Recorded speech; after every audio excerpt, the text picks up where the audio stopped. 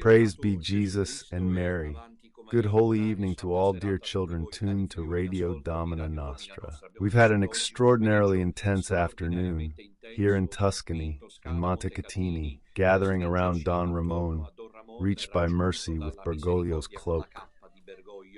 And this evening, then, we find ourselves continuing our meditation on the last book of the Bible, the Apocalypse. I thank the faithful who have remained so numerous this evening and are present at this meeting. So, the Apocalypse, we're increasingly understanding that it's not simply a book that tells the end of the world. I remember when I was a parish priest and hadn't yet written the book commenting on the Apocalypse. A faithful parishioner, a true-born Palermitan, after the catechesis cycle, came to me and said, "Father, I thank you, but more than fearing world's end, I fear month's end," he said. To say, as many times one thinks that the events described in the Apocalypse are yet to come, as they say in Naples, and instead it's possible that we are living them. And then again, that this doesn't exclude a concreteness of the events narrated, because when you read the Apocalypse, it seems that they are events that... I notice that you haven't actually provided the text to be reformulated in your example. Could you please share the specific text you'd like me to work with, including both the original and the translated version that needs to be shortened?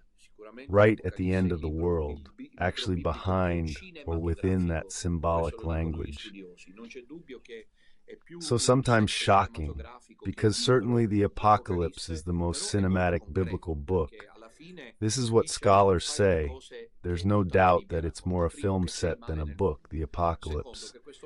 But it's very concrete, because in the end it says a couple of things that the whole Bible tells. Evil exists in this world. Secondly, that this evil in the world is the work of Satan and demons, who are the fallen angels, rebels against God's plan. Thirdly, there are inhabitants of the earth who follow Lucifer and build the anti-society or the Antichrist. Fourthly, that evil does not triumph because the Lamb wins after the final battle. That's a somewhat extreme summary of the Apocalypse. Tonight we tackle the sixth seal, which finally has the flavor of a real apocalypse, as you will now hear, at least in the collective imagination. We're at chapter 6. The verses we'll be commenting on this evening are from 12 to 17, and you'll immediately notice a narrative shift in the text.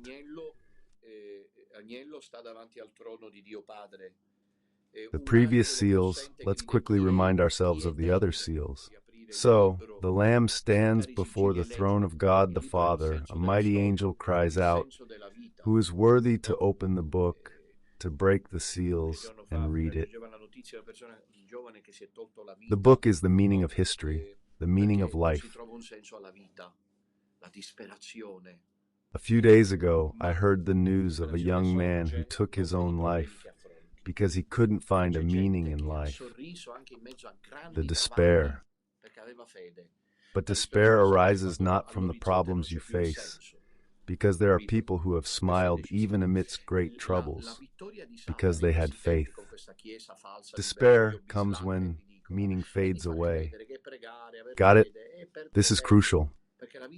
Satan's victory in these times with this false church of Bergoglio Bislacca is ridiculous. It's about making people believe that praying and having faith is a waste of time, because life is profit, life is gain, life is success, life is money, and that's a great deception, because sooner or later pain knocks on your door and questions you. Seeing this film,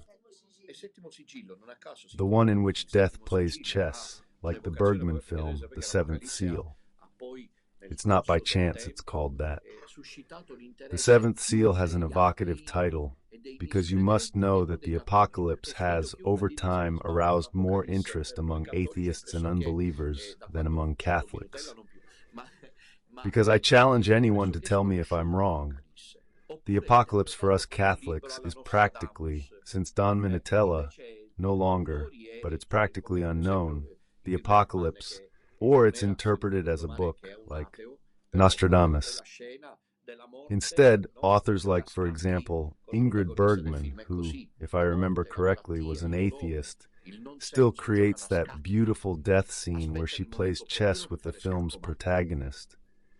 That's it. Death, illness, pain, meaninglessness, they play chess with us. They wait for the right moment to checkmate, and they succeed. The queen falls to the ground if there's no faith, if there's no Jesus Christ. Sooner or later, we all fall apart, and I don't think this has ever happened to me in this hotel. When we arrived at this hotel, I took the room, I took this break to change, etc. So then I said, I always want to see where I am. So I looked out. There was a balcony. I leaned out. I don't think it's ever happened to me before. I immediately thought of Brother Celestine, because the Campo Santo is right opposite. Mi faceva riflettere perché mentre pregavo il terzo rosario, visto che oggi non è andato in diretta, guardavo. Can you describe the tombs? It made me think, because while I was praying the third rosary, seeing as it wasn't live today, I was watching a lady in the cemetery strolling among the graves, as if she were skipping. I felt in my heart she wasn't truly Catholic, baptized maybe, but doing who knows what. Definitely, from what I sensed, she wasn't praying, at least not Catholic prayers, maybe some kind of ritual, those Buddhists, that sort of thing. But in the background of the cemetery, there's the shopping center, all glass and mirrors. So you could see who was there. I could see who was inside the shopping center. I was making a comparison. Shopping center and cemetery. It's all there. While we're gasping for breath, there's the shopping center. Then after that, there's the cemetery. That's all there is. That's all there is. Got it? If you lack faith, so the Lamb, sorry, I'm rambling a bit, but this seems a crucial part of the apocalypse. It's the Lamb that gives you the meaning, the absolute enigma, as von Balthasar calls it, of life and death. Only and solely Jesus Christ, the Lamb, resolves it. John is weeping because he can't find anyone to open the seals. Finally, one of the elders of the 24 billion says to John, "Weep no more. Do you remember my reflection on this?" I can't remember where it is. Don't cry anymore. The Lion of the tribe of Judah has won. 𝐤'𝐿 has won. The Lion, he will open the seals. And finally he said, well then, let's see it. The first four, do you remember the white horseman? He went out victorious to win again. The red horse, the black horse, the pale horse like death. Then the fifth seal, last time, the martyrs at the foot of the altar saying to God, when will you avenge us? Where are we at? You promised us. But here it seems we were explaining that actually a measure of patience is needed. We see this in our own lives, even with the smallest things. Everyone jumps on us. We have to be patient. At last, we come to the sixth seal, which suddenly breaks with the previous seals, because the seventh is quite strange, as we shall see. So the sixth is the one with the most apocalyptic register, as you will now hear. Let's read these verses, 12 to 17, of chapter 6, and comment on them. The sacred text says this: when the pattern is always the same, the seal opens and unfolds, and the seal is unfurled. When the Lamb opened the sixth seal, I saw a great earthquake. And here now, the series of cosmic events, it must finally be said. The sun turned black as a sack of horsehair, the moon became like blood, and the stars of heaven fell to earth.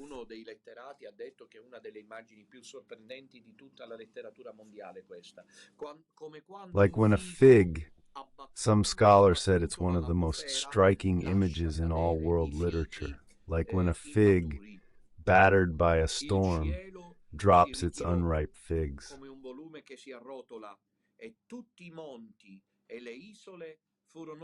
The sky retreated like a rolling scroll, and all the mountains and islands were moved from their places.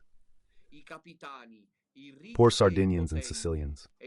So then the king of the earth and the great ones, the captains, the rich and the powerful, and finally every man, slave or free, all hid themselves in the caves. And amongst the mountain crags. And they said to the mountains and the crags, fall on us, and hide us from the face of him who sits on the throne, and from the wrath of the Lamb, for the great day of their wrath has come, and who?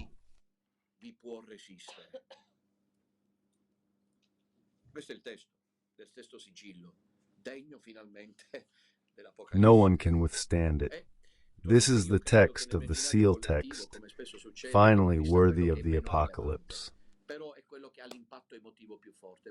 Naturally, I believe that collective imagination, as often happens, conquers what is least relevant, yet it's what has the strongest emotional impact.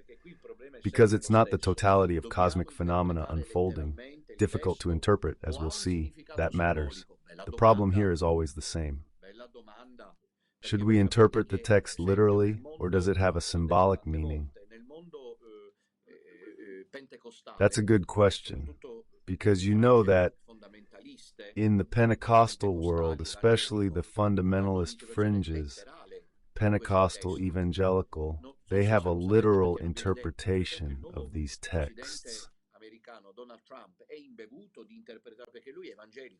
You might not know this, it's never said. Say the new American President Donald Trump is steeped in interpretation because he's evangelical, he's Christian, not Catholic, but evangelical, similar to Pentecostal. He's steeped in pastors who explain the text to him in mostly literal terms. It's important to know this. However, the text should be interpreted literally. The sun darkening, the moon turning red, the earthquake, the sky rolling back. Are the falling stars on earth a symbolic introduction? We'll get there in the meantime. But all in all, the thematic center of this sixth seal is the wrath of God. God's wrath, as we shall now see, which is an extremely problematic issue today. Because even if it's a radical characteristic of the false Bergoglian church to believe that the Eternal Father is a bit of a simpleton, he's one who forgives easily, forgives everyone, all right? In the end, it's a happy ending. This, fundamentally, is the so-called Bergoglian mercifulness of the false church, which is then a heresy. As you know, the apokatastasis seconded by the church is what the false Bergoglian church radically professes. But we can say clearly that, generally speaking, people no longer have any perception. They no longer want to hear about a God who punishes, a God who gets angry. They don't want to hear about that.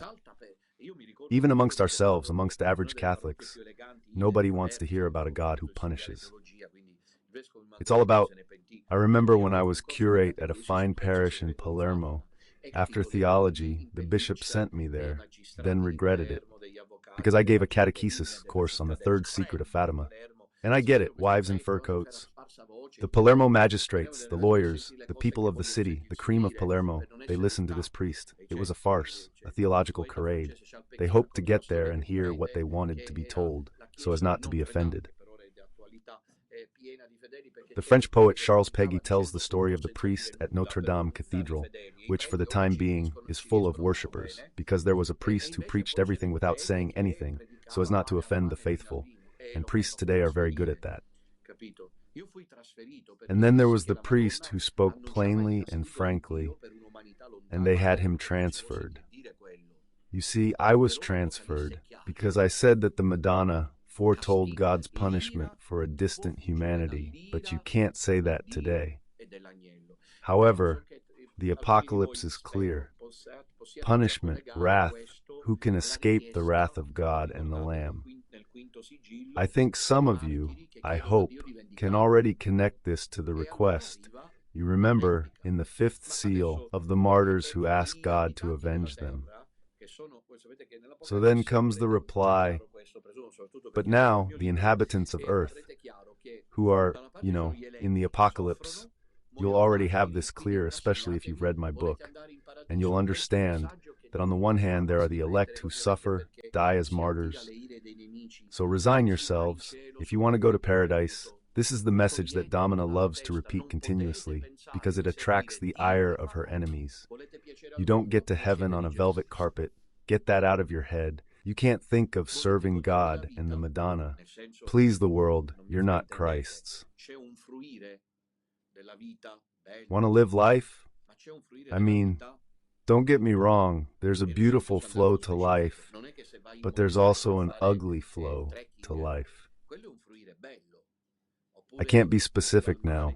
It's not that just going trekking in the mountains is a beautiful experience. Or by the seaside you enjoy a sunset after a nice swim. It's not exactly a flight from the world for everyone. Some yes, but not all. It's not about escaping the world that's at issue here. It's about absolutizing earthly existence, turning it into a single absolute perspective that excludes God, that excludes heaven, that excludes eternal life. Am I clear here? This part matters. So on the one hand, we have the martyrs, that is, those who bear witness with steadfastness during the time of the Antichrist, of the defeat of the evil powers, faithfulness to Jesus Christ they suffer, but then in heaven they rejoice. On the other hand, we have the 𝐥'𝐴 in Greek, the inhabitants of the earth. They enjoy the world, but then suffer the wrath of the Lamb. We need to understand where we stand.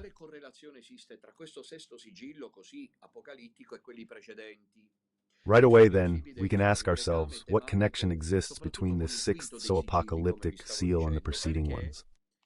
Scholars highlight the thematic link above all with the fifth seal, as I was saying, because following the martyr's prayer and God's request for patience, we now see the first interventions of God on the cosmos as a prelude to the subsequent punishments.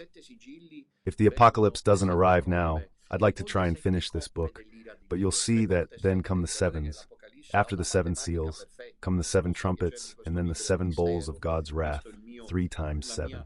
Look, the apocalypse has perfect mathematics. How I can enjoy this book is a mystery, given my notorious passion for mathematics. 3 times 7, it's well organized. We're here with the 7 seals, which still say something. But then there are the 7 trumpets, and let's not even talk about the 7 bowls of God's wrath, which are truly shocking because they serve to distinguish after the crazy plot of the anti-divine trilogy, the red dragon, the Antichrist, and the false prophet. By the way, I was told to say that the false prophet, someone told me, a father said it more often, that it's Bergoglio. This person told me why the false prophet, as the apocalypse says, comes from the earth. The Antichrist, the black beast, comes from the sea, but the false prophet comes from the earth. Anyway, we'll come back to that. And amidst all this, there's the guilt, the following of Christ's disciples. We always strive to be among them. Today a person, I won't say their name, I won't say who it was, came up to me. A man, I can say that much, you'll understand why in a moment, waited a while before greeting me. It seemed he couldn't quite bring himself to do it. Then, deeply moved, he said, "Thank you, Father." He said that to me, to my brothers, to Brother Celestine, for saving me.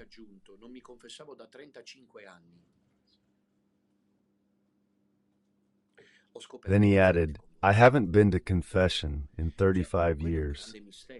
I rediscovered my faith with you." I mean, that's a great mystery, because maybe some people right now are leaving, returning to the false church, and therefore to the service of the false prophet, and so on. And others instead who suddenly discover faith. It's a mystery, the path of souls. Got it? Here. The text, comprising 6 verses that we have read, concludes with the anguished question posed by the inhabitants of the earth. Hide us from the face of him who sits on the throne, and from the wrath of the Lamb, for the great day of their wrath has come. Who can resist? Hide us here. I didn't write that in my book. Can't write it all. Ivaka, pay attention.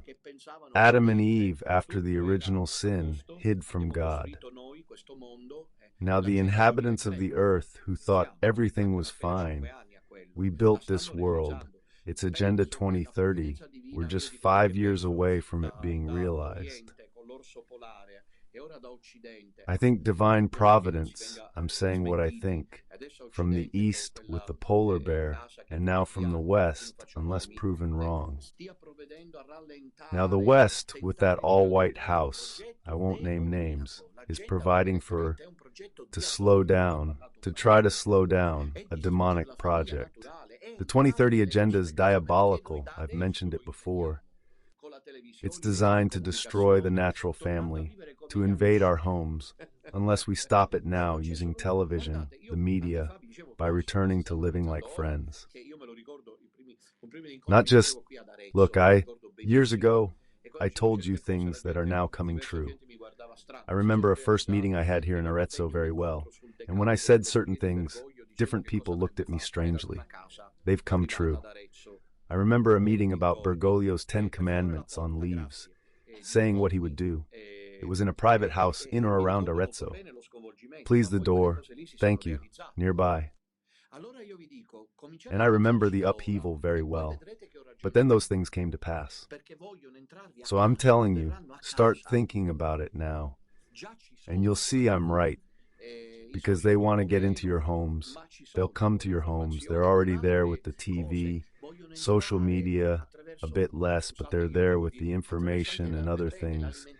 They want to get in through, sorry, I have to tell you, you'll see, your diet, the water we drink. They'll try every way possible because the project is about dominating the community. Oh well, up to a point, if a regime like the communist one in China does it, it's a state matter. But this is done on behalf of Lucifer, of Satan.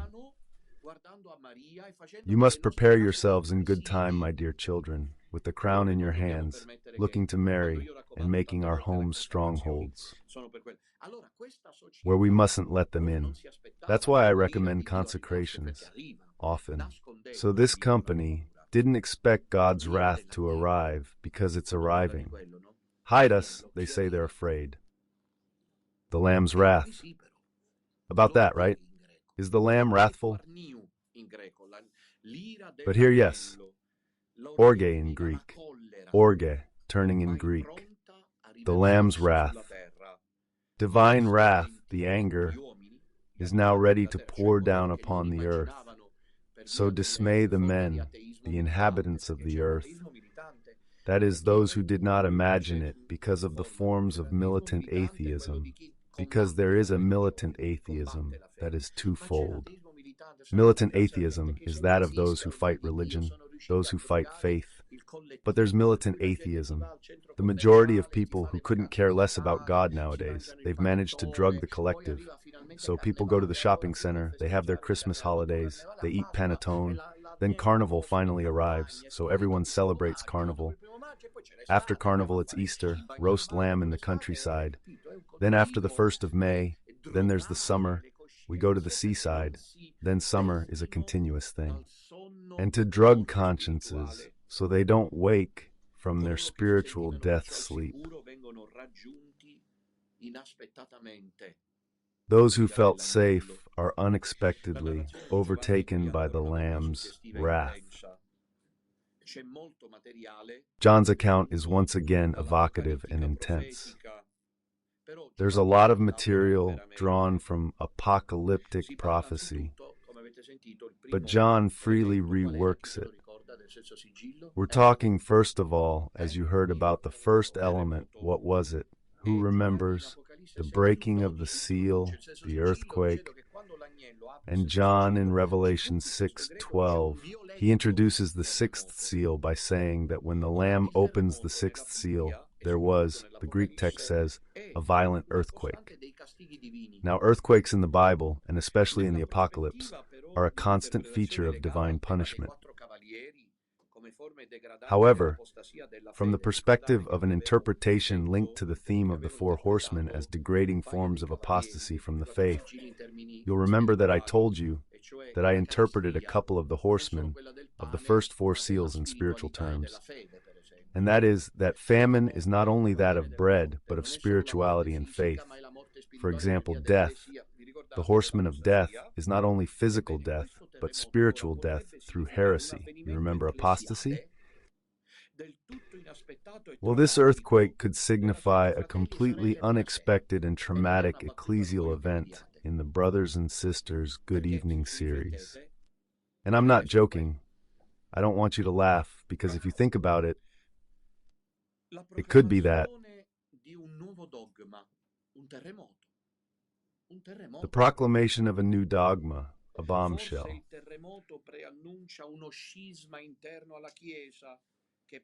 Perhaps the earthquake foreshadows an internal schism within the Church, which, precisely because it's disguised, is the most insidious of all. Saint Caesarius of Arles, a Church Father, already offers this interpretation when he writes, when he speaks of an earthquake, he means the final persecution. The Church Fathers say that when John, in the sense of the seal, speaks of an earthquake, he means the final persecution. So the earthquake could indicate this upheaval of a plan. Up to that point, let's say, ordinary, obvious, I'd almost say, a faith shaken. Because of an earthquake caused by someone or more than one person, which throws common faith into disarray. This is my interpretation, linked to the Church Fathers, who speak of a final persecution against those who instead preserve the faith in the right way.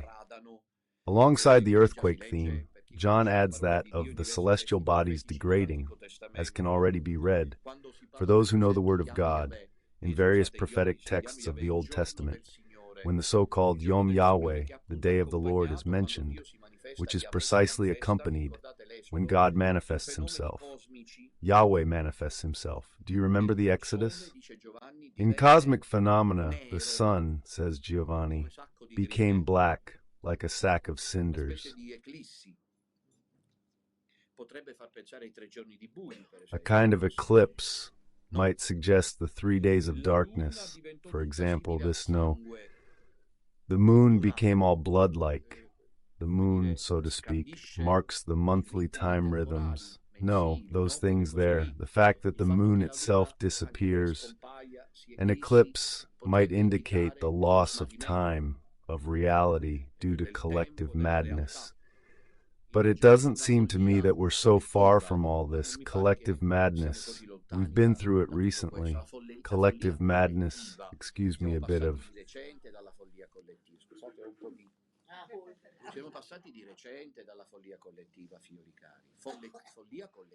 We've been through collective madness recently, my dear children.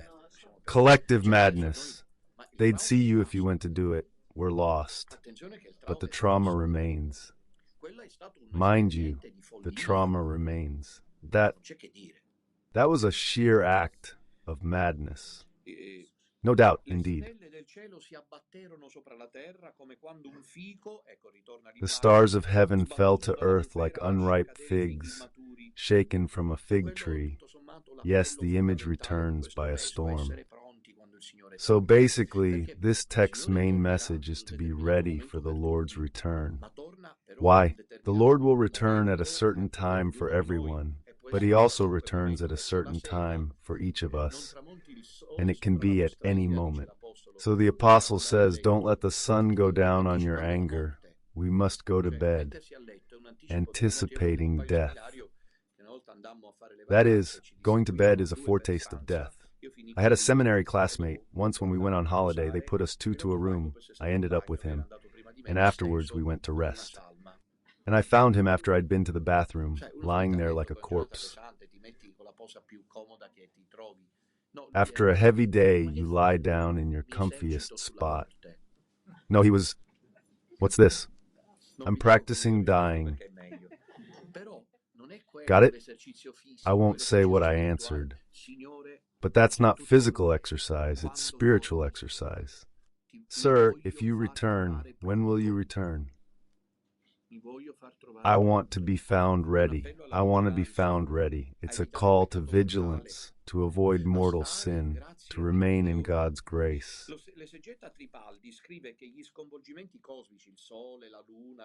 The 𝐥'Ž'Iķ Tripaldi writes that the cosmic upheavals, the sun, the moon, the stars, the heavens, struck the wealthiest classes, who in their ruin lost vast possessions and property, while the poorer classes even benefited, as in the case of the Christians whose property the empire confiscated. This means, then, that John would be telling the Christians, poor wretches suffering persecution, don't worry, God will provide, because it's true. If you read the stories of the Vesuvius eruption on Pompeii, the stories tell of extremely wealthy families because it was a residential area, you see, and they all died, wiped out. So, earthquakes ended up giving satisfaction, despite the general ruin, to those most affected by the poorly managed economic inflation of the Roman Empire.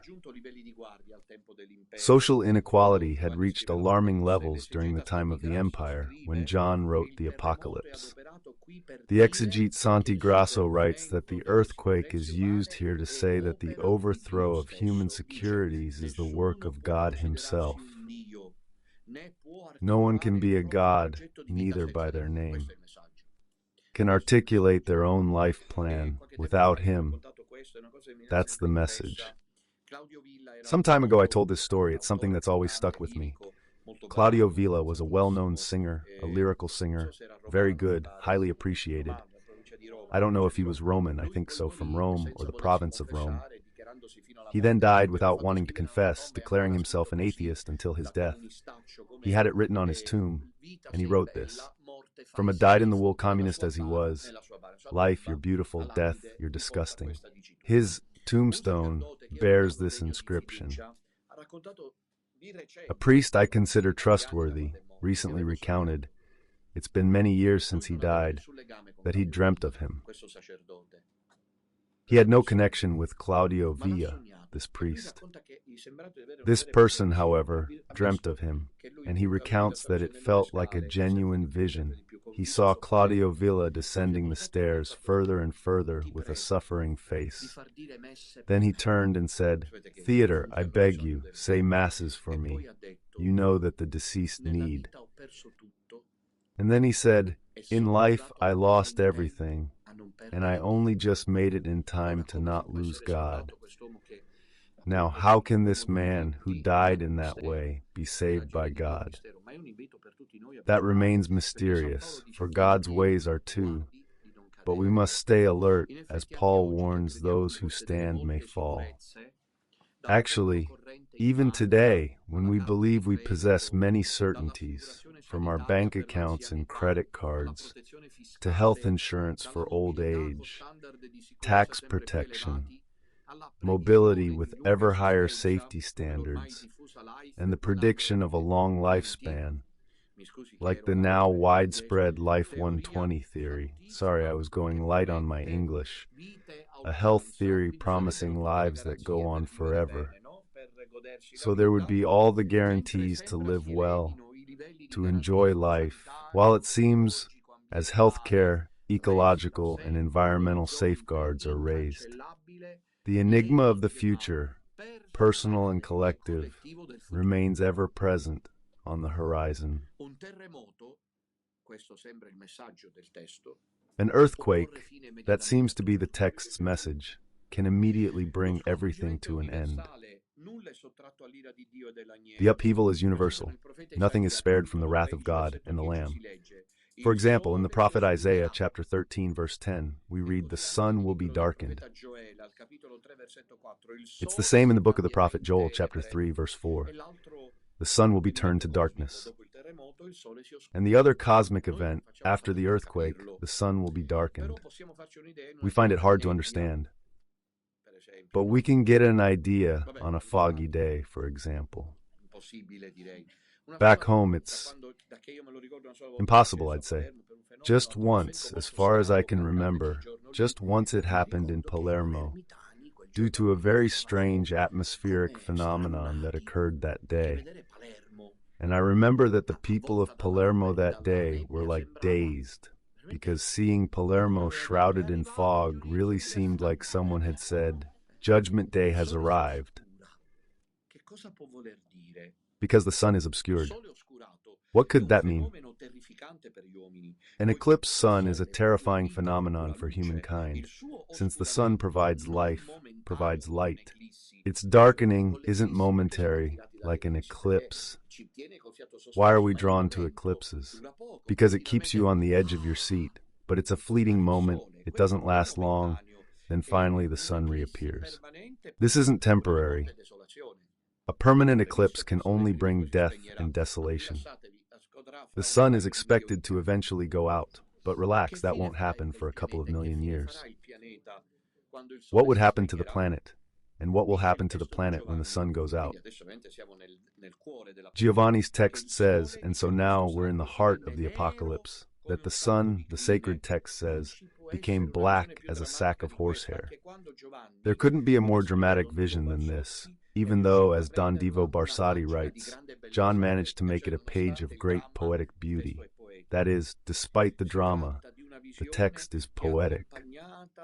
This is a vision accompanied by other cosmic signs, because meanwhile the moon, the other great celestial body, turns blood red and the stars fall to earth. The stars are falling. Know what asteroids do? It seems that the ages have followed one another. The Ice Age, then another age, yet another age, the age of the dinosaurs, and so on, because of asteroid impacts on Earth. An asteroid is the end of the world, you have to admit. Just one, you see. And really, we're protected, I'd say, so far by. It's a design of divine providence, because an asteroid could very easily fall to Earth. And the apocalypse announces the fall of asteroids, and so many will fall, like when in summer a fig tree drops its fruit because of an impetuous wind. In short, a rather pleasant scenario at this point. There's certainly a thematic reference here to the apocalypse of the Gospels. In Matthew 24, Jesus says, immediately after the tribulation of those days, see how it's related, the sun, says Jesus, will be darkened. So the Word of God tells us so. Beware those who, by offering a single symbolic interpretation, distance you from the possibility of a literal application of the text. I'll tell you what I think. You know me by now. Typically, which of the two interpretations am I going by? Symbolic or literal? The symbolic aspect. But I'm paying attention to the literal meaning. I don't rule it out, because Jesus is clear. He says so, and Jesus here, it's not the apocalypse, Matthew 24:29, which by the way are the texts we had last Sunday. The sun will be darkened, and the moon will not give its light. The stars will fall from the heavens, and the powers of the heavens will be shaken. Incidentally, the blood-red moon, the red moon, is a portent of death and disaster in some ancient cultures. While the image of falling stars, argues Ugo Vanni, evokes the demonic. Why? Why, as you already know, in the apocalypse itself, Satan falls like lightning from heaven, along with the demons who are the rebellious angels, and crash to earth. So it could mean not only the fall of asteroids, but also, because sin can attract that, but also, and perhaps above all, what Padre Pio said, I can't write these things in the book, because otherwise it becomes an encyclopedia. Padre Pio said that all the demons of hell would come upon. This could, stars falling from heaven, show meaning. So, the sequence of cosmic upheavals concludes with the sky rolling away like a scroll, Revelation 6:14, while the mountains and islands are moved from their places. Don Dolindo Ruotolo, and with him several others, address here the theme of the feared, yet there's always the possibility of a shift in the Earth's axis and an asteroid shower on the planet.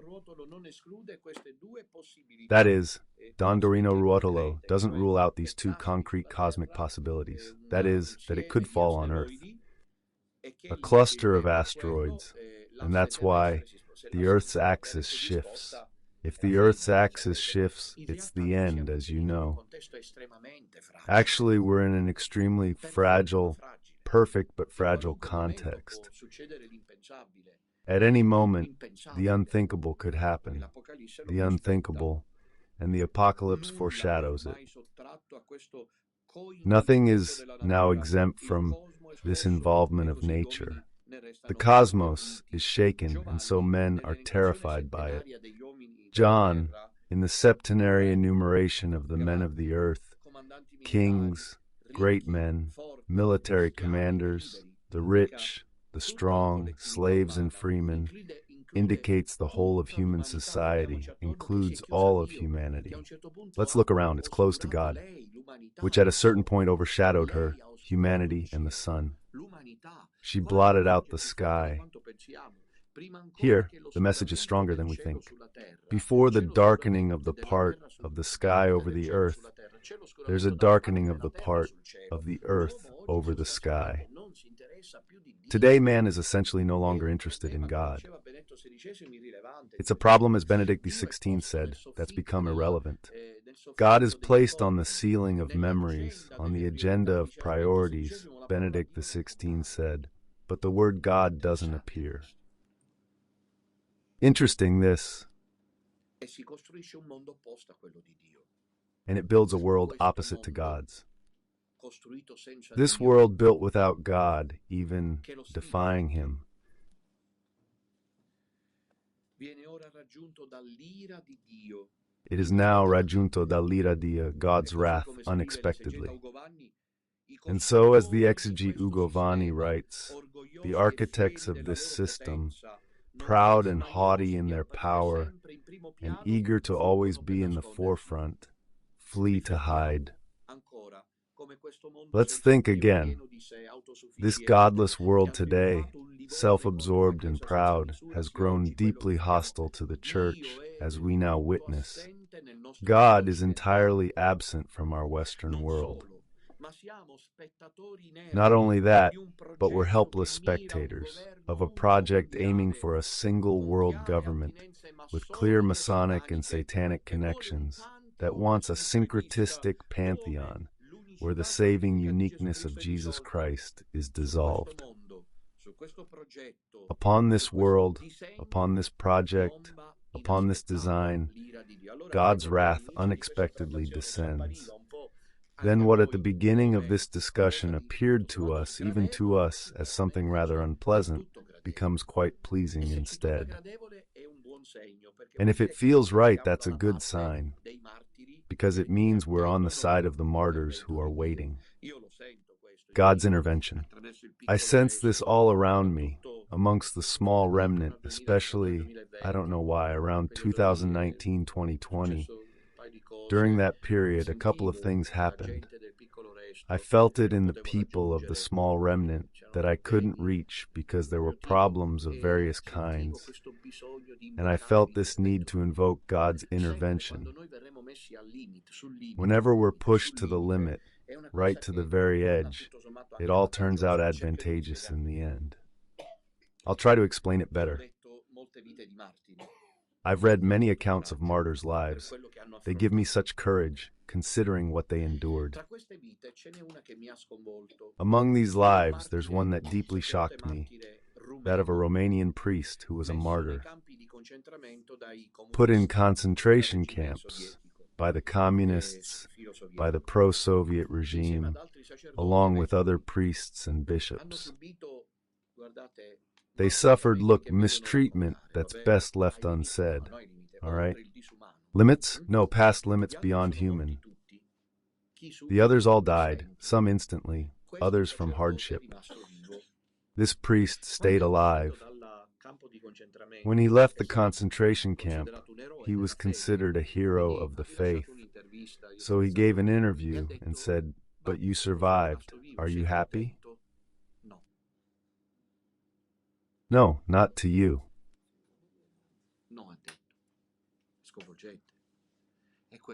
Shocking. And that in return, and why?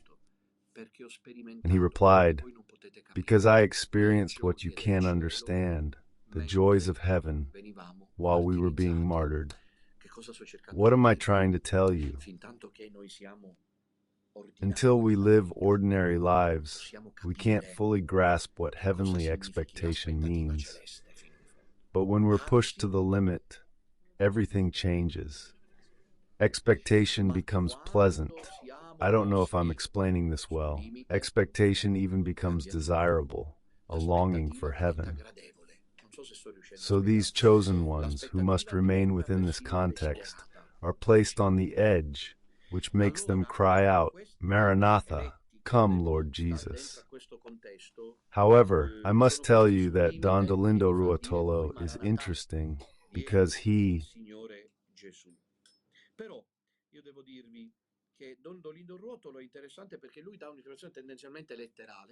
An interaction that's literally, well, literal. I get it.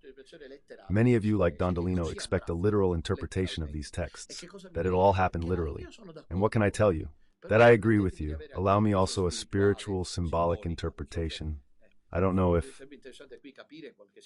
Let's understand who wants a literal reading and who prefers a symbolic one, since there's so many of you. So Don Dolindo Ruotolo is with those among you who literally await these things.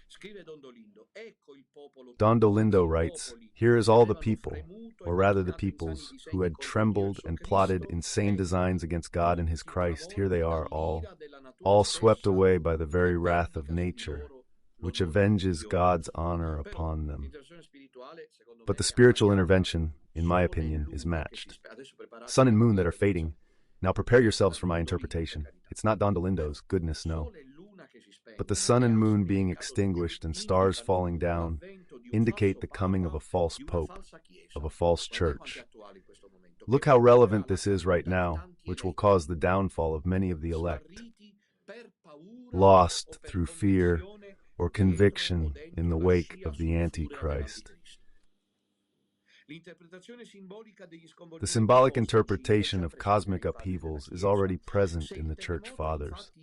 If the earthquake, in fact, indicates, as we were saying, a final persecution of the Church, the sun that darkens, as the Venerable Bede writes, indicates the ultimate persecution of the Church, suppression of sound Christian doctrine.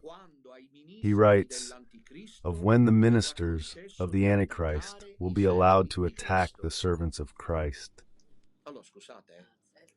So sorry, thinking about Don Ramon, non vi pare che l'interpretazione simbolica sia paradossalmente più immediata di quanto non lo sia poi quella letterale? I don't know if you agree. I repeat, the sun's eclipse, the falling stars, the moon's extinction. For the Church Fathers, these signify the dimming of faith, and the Venerable One says that the ministers of the Antichrist will be allowed to attack the servants of Christ. I think we're there. Deception and lies will extinguish the light of true faith in the time of apostasy. It will remain only in a few, truly in very few. Perhaps some of you won't be here next year, not because you'll die, but because another new Pied Piper will arrive and take you away. I've seen people, a couple of people, I could never have imagined. There's one person, a woman, a mother of daughters who's wanted me dead for a while now. I really feel that. There was one who threw herself at my feet, kissing my shoes. I begged her to get up at once, saying, I kiss the feet of the great prelate. Today she wants me dead, saying that she wants me to go to prison, that I'm a traitor, not a traitor, that I'm a charlatan, that I'm making a fool of people, etc. No one's safe, Fiorita, because it's the time of the great apostasy. And at this time, excuse me if I say son, in the Christian faith, what do you think of immediately? God or... Communion, communion, communion. Eucharistic sun. The sun's going down. What can you say? Eh? The abomination of desolation. The moon. What does it make you think of straight away? Holy Mary. The moon is extinguished. So just as there's the abomination of desolation, for which the Eucharistic cult is lost, look how the Catholics suffer. It's shown not only, as I said this morning, that after Pachamama everyone pretended nothing happened, but also, for example, that the Eucharist is no longer spoken of. The moon indicates Mary. Marian devotion will be obscured, and the chosen souls will fall like shooting stars into the abyss of this apostasy. The verse about the falling stars, and this leads us to conclude, is also interpreted symbolically by the Fathers. The stars falling to earth aren't just possible asteroids, but ministers of the Church of high-ranking level, bishops, alti prelates who, camouflaged during the final persecution, will reveal themselves as violent persecutors in the pay of Freemasonry and the Antichrist. Humanity, struck by divine wrath, seeks salvation, but in vain, the sacred text says. They all hid in the caves and among the rocks of the mountains. Hiding becomes annihilation. Their desperate plea to the mountains to hide them from the face of Him who sits on the throne and from the wrath of the Lamb reveals a sense of shameful failure. The text concludes with a terse statement on the terrified men's lips. The Lamb's wrath was revealed, and who can withstand it? Who, in the Greek text, who can remain standing? Only the Lamb remains standing, and with him the elect, while worldly governments, Freemasonry, and the world's powerful elites, those who persistently and stubbornly strive, fueled by Satan's malice against the Church, a world without God, without Christ, and without the true Church, will inexorably fall one after the other until the final extinction of the empire of evil. Father Dolindo, I repeat, Father Dolindo Ruotolo, I've always been struck by this. He saw in the cosmic phenomena a sealed meaning, a reference, he says, to the cataclysms of the end times of the world before the Last Judgment. We still don't fully understand the third secret of Fatima, and it'll be debated, who knows, until the end of the world, perhaps, whether it concerns cosmic phenomena or phenomena of faith. I believe both, because there's a statement by John Paul II made in 1980 in Fulda, Germany, where they were about to ask about the content of his secret. And he said, if you knew about floods that would cover the face of the earth, about cosmic upheavals, it's clear, he says, that you would be frightened. So he said, let's pray the rosary. So clearly there's also, and Benedict even hinted at this on a few occasions, a definite reference to cosmic upheaval.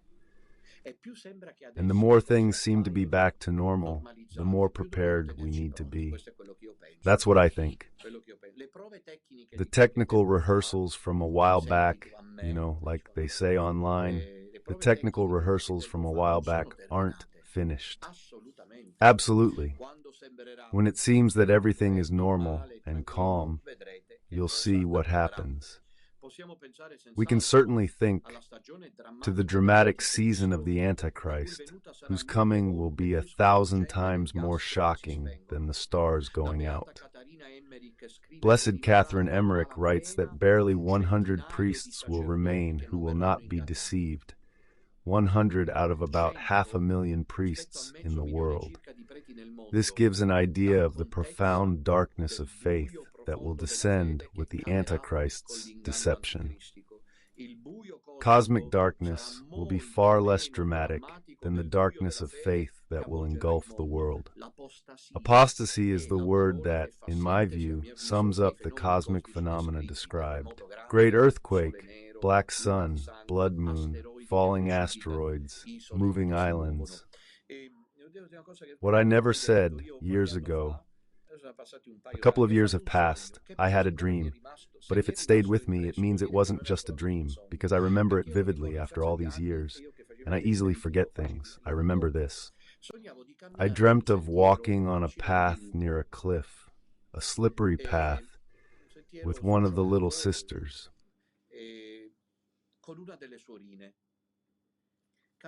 We were walking, it was daytime.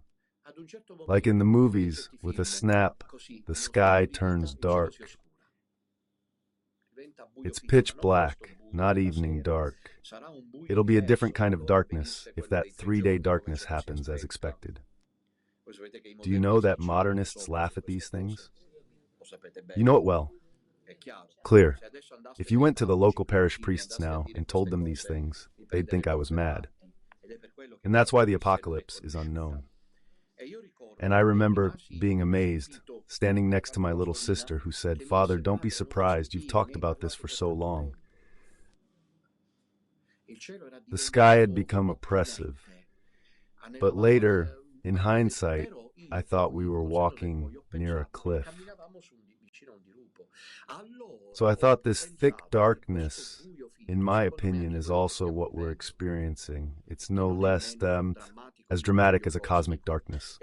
I conclude, when the Antichrist begins to manifest himself through the spread and propaganda of moral and doctrinal error, when the See of Peter is occupied by enemies, I've put these things in the future tense here because I've written them, who will disguise themselves as shepherds, who will encourage reforms, then the true church, in the person of the Pope, the true successor of Peter, will withdraw into clandestinity. And isn't that what Benedict XVI did?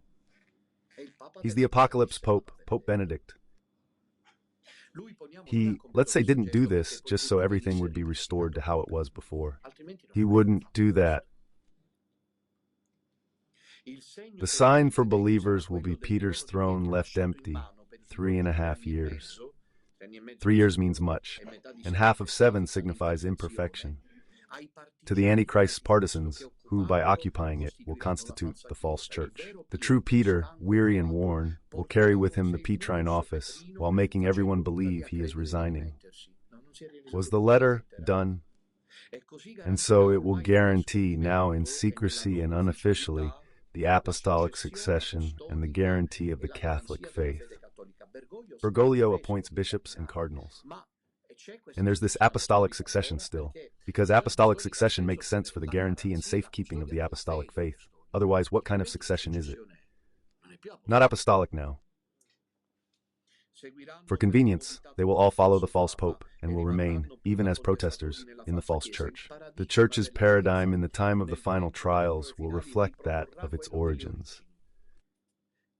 Underground, catacomb, hidden church, lacking public prominence, with a small number of followers, marginalized and irrelevant. It's curious that the Church Fathers already interpreted the verse of Revelation 6, verse 14 in this way, which says the heavens rolled back like a scroll. This rolling up sky is the Church transmitting heavenly and supernatural truths, and now, faced with the formation of a false church, it withdraws. It's strange to think that there are those who've recently left the false church, yet they only say the problem is the false pope, that he denies the prophecies. It's something that shakes me to my core.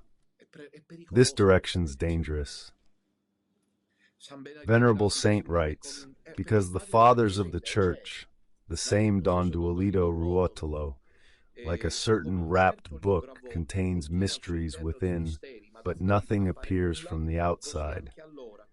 So then this is good and venerable. We are in the 7th century. So then also the church, known only to its followers. My goodness, what a phrase. I'm getting chills with what we're experiencing with Father Fare, Dr. Cianci, and all those deviations. Fathers of the church of the 7th century, thank you. The time will come when the church will be known, the church will be the true church, known only to the elect. That's a 7th century church father, Saint Bede, saying that. And he's not the only one, I've just quoted him, but let's reread it.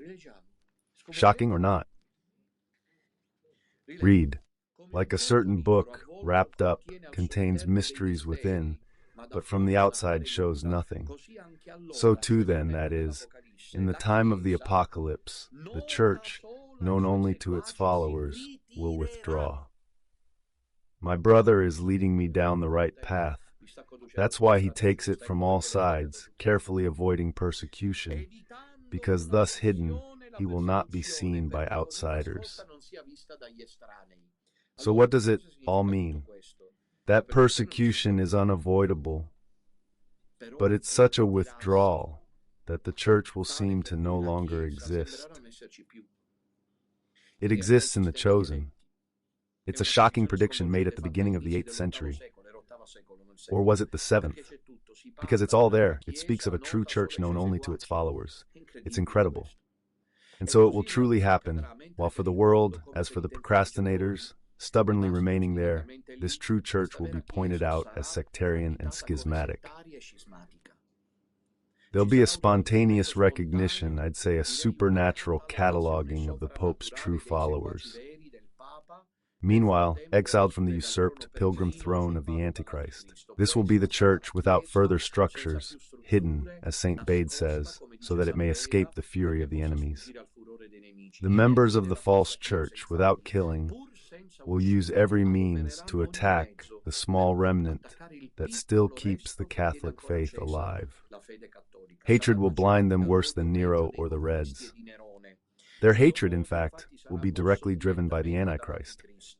They will persecute with great ferocity the priests who remain truly such. It will be a time of great trial, unlike any other, Jesus says, but also of intense faith and witness. Saint Bede the Venerable, him again, a father of the Church, states that no one knows that the tribulation of the Antichrist will be greater than all others. Just what lies before us, dear ones. A paradigm shift awaits us, one we can only face with the precious light of the Holy Spirit. Careful with charis, not only with logos, with pistis, not only with nomos, that is, not only with the law and logos ratio. Cioè, non solo con la legge e il logos, la ratio. But also, I don't just say, but also with grace and faith. Meanwhile, divine wrath will shake the world with plagues, and so the sacred text adds at the end of the chapter, who can resist? Goodness me, what a phrase! What a line! Who could resist? And again, Saint Bede the Venerable adds, the one who will surely now have worried about watching over, remaining firm in faith, and acting with strength. He will resist. It will take courage, much courage, to withstand the furious persecution of the world and the false, heretical, apostate church. But this will keep you safe when God's wrath against the wicked is revealed. Today's stand against the enemies of faith will protect you tomorrow when the unexpected cups of divine wrath arrive. One last testimony. A faithful member from Emilia-Romagna recently died. He was one of the earliest believers. He sent me a message before he died from lung cancer. I'm dying, Father, he said. I only regret one thing, not being able to be by her side during the great battle to come. He said it as he went to die, so it's worth noting. So then our job is to keep watch. Von Balthasar notes, the elect in Revelation know no fear. We're not called to be heroes, because there are plenty of cowards amongst us. To put it politely, it's not about leading a super special existence. It's about having faith, because when you have faith, you're invincible. And it's also about starting to think seriously about making our homes genuine strongholds. Catherine Emmerich said that the church, the one that sees the truth, only exists in the chosen faithful, and survived only in a few houses. And I don't rule out that slowly, from hotels, we'll slowly move to houses, not all of them, just the right ones. It's a domestic una faith, fede like the domestica, early come i Christians. primi cristiani. And so all of E this così is però, concluded, and thank you tutto very questo è much. grazie, appunto. Because during the Perché test nel period, tempo della prova, I'm testing it on quello myself. I l'esperimento think su Don di me, Ramon credo made che that il Don clear to us Ramon ci ce today. l'abbia fatto In capire. times of Nel trial tempo and della prova, persecution, della faith is persecuzione, la strengthened, fede si not rafforza, diminished. non viene meno, And we are called e to noi siamo resist. chiamati a This is the resistere. sixth Questo è il seal. sesto sigillo. Praise Jesus Sia lodato Christ. Gesù Onward we Cristo go. e avanti con la